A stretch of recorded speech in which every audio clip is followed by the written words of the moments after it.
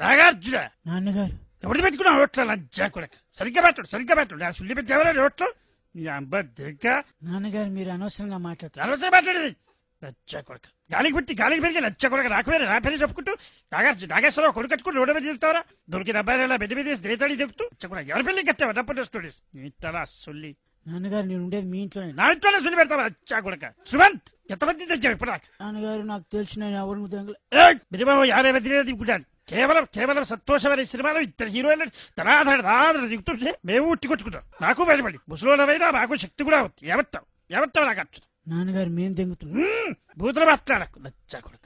ఒకటి తిట్టుకోకుండా మీ ఇంట్లో నా సుల్లి ఇది కూడా తిట్టుకుంటారు. మీ అక్కలని దిగుదు. మా దగ్గర కూడా మస్తు తిట్టున్నాయి. పెళ్ళని దింగితే భయంకెలోడే అంటే మస్తు తిట్టాడు. ఎవరెవరో తిట్టారు, ఎందుకోసమో తిట్టుకుంటున్నారు.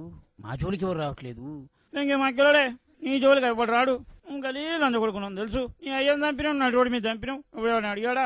ఇంట్లో సుల్లి పెడితే తెంగాలి, పంచలో బాంబు పెడతా అయ్యా గెలవడే. బిగే రాజు కూడా ఉండదు. పూరా సుల్లులో పంచలో బాబులు 70 వేవు పెడుతున్నాడు. ఒక దిగలే పడబెట్టి దేశాడు దిగుతాడు. అమ్మ రిజైన్ చేసి పడదైతే అక్కడ దిగుతాం. ఎవడ్డెవడ్డే రిజైన్ చేస్తాడు. ఒక్కొక్కని సుల్లి కోస్తా. సుల్లి కూర్చోదివే బెంకెలుడు పనిపాటు లేరు. లజ్జ కూడా నీకు పనిపాటు ఉండేది. 70 పడి చూస్తూనే ఉంటాం. మస్తు మంది దిగిన కూడా అక్కలు రిజైన్ చేస్తాడు. బెగే అందరూ ఒకరినొకడు బాగా తిట్టుకుంటున్నారు. అక్కలని దింగుదాం. అక్కలని దిగుతావు నంజోడక బక్కలని చూడక కథలు దింగకు. పద్మాలే చూసుకుంటున్నావు చూసుకోకమ్మను. కథలు దిగినావు అనుకో గది కూడా తెలంగాణకు గుంజుతా. మళ్ళీ ఏదైనా గుంజుకోండి, నన్ను మాత్రం గుంజకండి. తెలంగాణలో నేను గుంజకపోతే నేను వదలడే వెంగేలా చూడక ఓమయ్యాకిలోడే ధనాదం దింగుతుంటే పిసలు అందరూ ధనాదం పడిపోతారు. ఎంతో మంది దంగేసుకుంటే రవణయ్యకు పుట్టారు. దుర్యోధన నేను అక్కని దింగమంటావా? బాగా దింగండి. ద్రౌపది పంగ దాపితే పత 5 మంది పెట్టారు. వాళ్ళు పాండవులు కాదు.